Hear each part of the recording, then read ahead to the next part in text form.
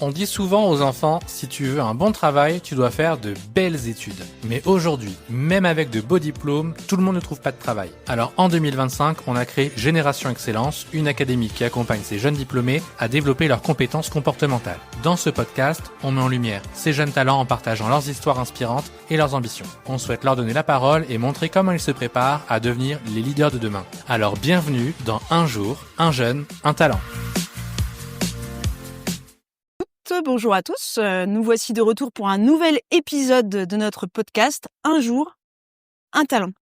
J'ai le plaisir de Jade. Bonjour Jade. Bonjour, Comment ça va? je vais très bien et toi? Ouais, ça va, contente d'être là? Oui. Tout va bien se passer, on est dans l'échange, la discussion. Donc justement, vu qu'on est dans l'échange, la discussion, est-ce que tu pourrais nous te présenter pour qu'on sache à qui on s'adresse, Jade? Oui, bien sûr, il n'y a pas de souci. Donc, bonjour à tous, je m'appelle Jade Kirby, j'ai 28 ans. Actuellement, je suis assistante achat. Assistante achat. Oui. Ça consiste en quoi, assistante achat? En gros, j'assiste l'acheteur sur ses diverses missions, que ce soit pour la préparation des négociations avec les fournisseurs, le référencement des produits qui ont été achetés, le suivi de la livraison, etc. Donc t'es en poste à l'heure actuelle ou tu cherches? Ah non, je cherche. Tu cherches, c'est bien ce qui me semblait. Quelles études t'ont amené à faire ça finalement? Du coup, j'ai commencé par un bac économique et social que j'ai choisi. Ça a été difficile, mais on verra ça plus tard. Ah bon? Ah, donc on ménage le suspense alors. Oui. Tu nous diras ça dans une autre question. Ok, on attend avec suspense alors.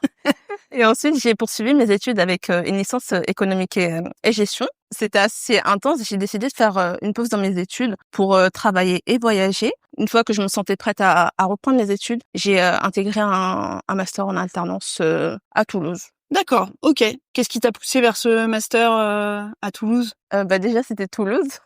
Ah, c'est la ville, ok. Oui, je voulais quitter Orléans et en plus la ville rose. Mm. J'ai toujours aimé cette ville. En plus, j'y allais de temps en temps quand j'étais petite. Et pour le master, j'avais pas de préférence en fait. Il fallait se relancer dans les études. Et du coup, Exactement. c'était le bon master dans la bonne ville, quoi. Exactement, oui. Ok. On s'est rencontrés dans la formation Génération Excellence. Oui.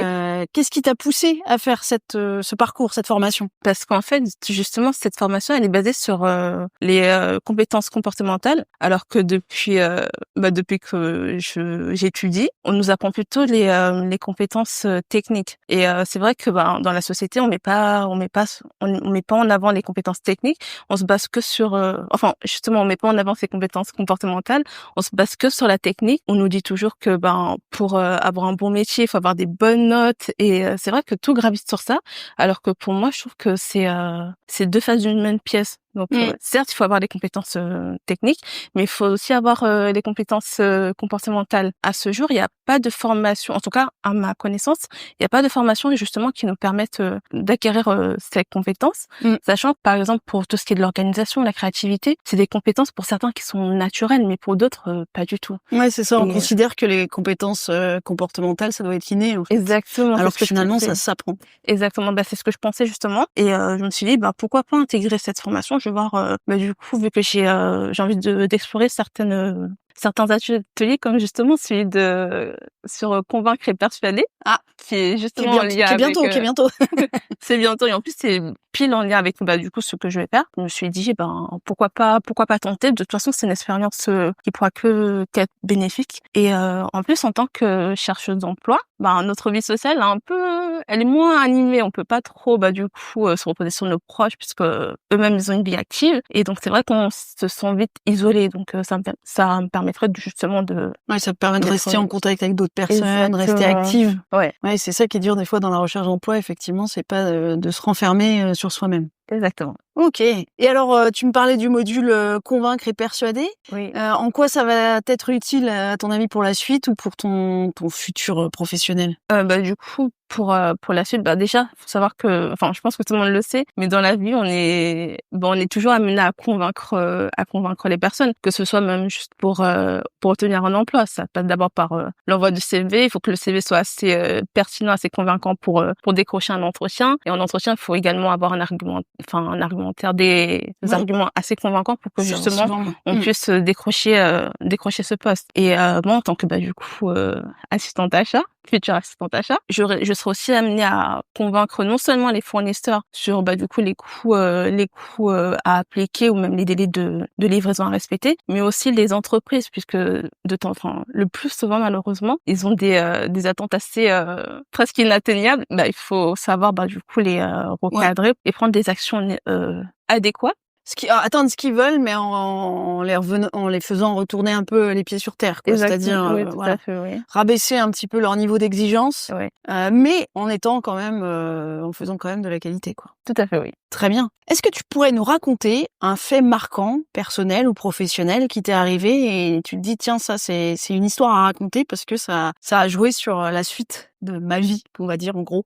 Oui, justement, du coup, je vais en revenir à quand j'ai décidé de faire un bac ES. Donc, déjà, je voulais pas m'orienter vers un bac S parce que tout ce qui est matière scientifique, c'était pas pour moi. À part peut-être pour la chimie que j'aimais bien. Et j'avais pas de profil littéraire, donc je m'étais fixée comme objectif d'intégrer le bac ES. Sauf que ma mère, c'était pas du tout comme ça pour elle. Elle voulait absolument que j'aille en S, vu que pour elle, c'était la voie royale. Et faut savoir que du coup, avant que j'intègre la seconde, j'avais décidé en troisième d'intégrer du coup une seconde européenne, mais en espagnol. Donc j'avais candidaté, tout s'était bien passé, j'étais prise. Et j'ai appris plus tard que ma mère, elle avait envoyé ma candidature pour une seconde européenne en anglais. En anglais, elle voulait pas que tu fasses de l'espagnol, elle voulait que tu fasses de l'anglais. Non. Et du coup, au début, j'étais un peu énervée, mais finalement, j'ai décidé de suivre son conseil. Donc j'ai intégré une seconde européenne anglais. Et vu que j'avais du coup cédé une première fois, ma mère, elle pensait que ça allait être la même chose pour la première,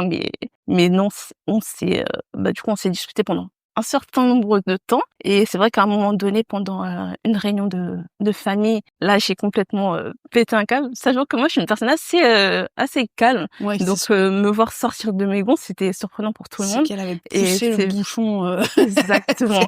Et c'est là que, du coup, elle a décidé de céder, de me laisser faire ce que je veux. Et c'est vrai que c'est à ce moment-là que je me suis dit que finalement, il faudrait plutôt que j'arrête justement de partager mes projets, que ce soit mes projets d'études ou autres, avec du coup mon entourage, parce que inconsciemment je leur donnais c'est comme si je leur demandais l'approbation. Ouais, c'est ça.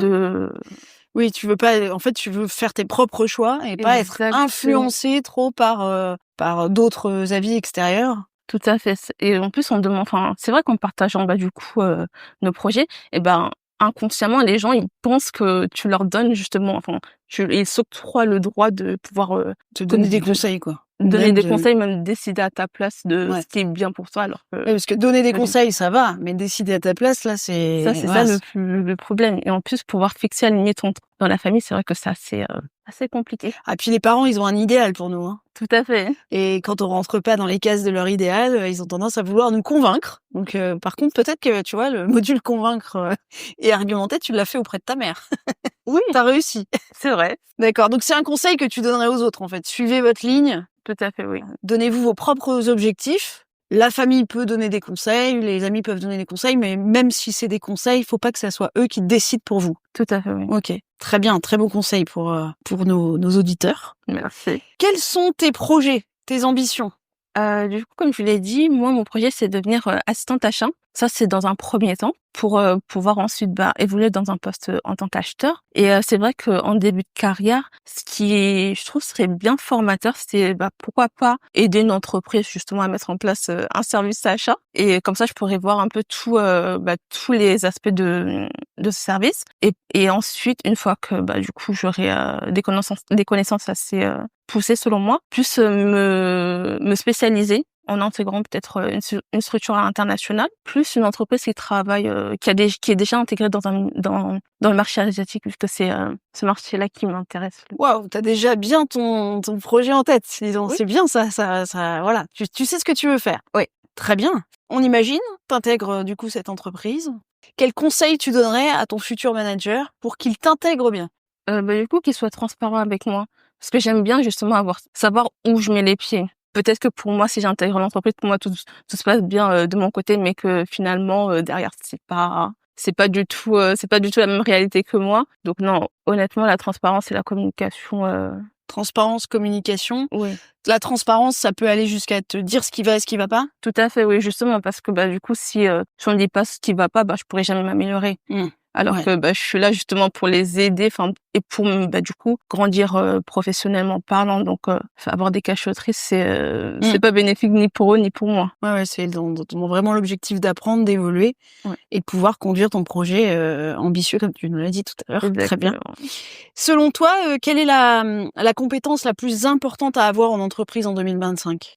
Du coup, savoir communiquer. Parce que on n'est pas tous pareils, donc forcément quelque chose qui pour nous semble évident, c'est pas forcément évident pour les autres. Et c'est vrai que le fait de savoir communiquer, ça nous permet d'éviter plusieurs situations qui auraient pu être évitées si tout avait été expliqué clairement. Bien communiquer sur ce qui arrive, sur ce qui va avoir lieu, bien Exactement. argumenter. On revoit ton envie de faire ce module, là, savoir argumenter, effectivement, et bien expliquer les choses pour être comprise. On va passer à une petite phase un peu plus speed, Jade, puisque je vais te poser 10 questions avec des mots clés, 2 choix à chaque fois en fait possibles à faire. Faut que tu y répondes spontanément. Il n'y a pas de bonne ou de mauvaise réponse, d'accord ? Et surtout, il n'y a pas d'explication de ton choix. Et pas de censure, vas-y à fond. Ok. Alors, apprendre seul ou en groupe ? Seul. Théorie ou pratique ? Pratique. Communication verbale ou écrite ? Verbal. Travail en silence ou avec de la musique ? Avec de la musique. Avec de la musique ? Oui. Sens de l'humour ou sérieux ? Je suis sérieuse, mais Ah, j'aimerais bien avoir un sens de l'humour. Donc faut choisir un des deux. Sérieux ou sens de l'humour ? C'est quoi pour toi le plus important ? On va dire sérieuse. Sérieuse. Défi ou confort ? Confort. Décider seul ou consulter les équipes ? Consulter les équipes. Concentration ou multitâche ? Multitâche. Travailler distance ou au bureau ? Non, au bureau. Et apprendre d'un échec ou apprendre d'un succès ? Apprendre d'un échec. Ça fait plus mal, mais... ça fait plus mal, ouais. Pas sur le coup. Hein. Oui, c'est sûr. Mais finalement, des fois, moi je suis d'accord avec toi, on apprend des fois plus d'un échec que d'un succès. On se pose plus de questions après un échec qu'un succès. Exactement. Ouais, tout à fait. Merci Jade pour Merci ces 10 petites questions. Dernière question de cet épisode. Je sais pas si tu sais, mais chez Erol, du coup, on a un thème annuel qu'on développe. Et cette année, 2025, c'est la transformation. On voulait avoir le point de vue justement de jeunes sur ce terme. Et qu'est-ce que la transformation pour toi ? Du coup, pour moi, la transformation, ça me veut dire que une situation n'est jamais figée. C'est vrai que des fois, par exemple, dans le cadre des études, on a l'impression que même si dans un premier temps, on s'est mal orienté, que tout est fini, qu'on a du retard, mais en fait, non. Chacun évolue à son propre rythme. C'est pas la fin du monde si justement on se réoriente. Justement, je me dis que tant qu'on a encore la faculté d'apprendre, tant qu'on respire, du coup, on peut rien n'est figé en fait. On peut toujours évoluer. La transformation, pour toi, c'est finalement l'inverse d'être figé, quoi. Exactement. C'est tout ce qui est en mouvement, l'évolution, le changement. Ok, belle définition. Merci Jade. Merci à toi. Merci d'avoir participé à ce podcast. Moi, j'ai hâte de te retrouver dans les prochains modules de Génération Excellence. Moi aussi. Et puis, je te souhaite une bonne continuation et puis de trouver le métier de tes rêves. Merci beaucoup. À bientôt, Jade. À bientôt, Aurélie.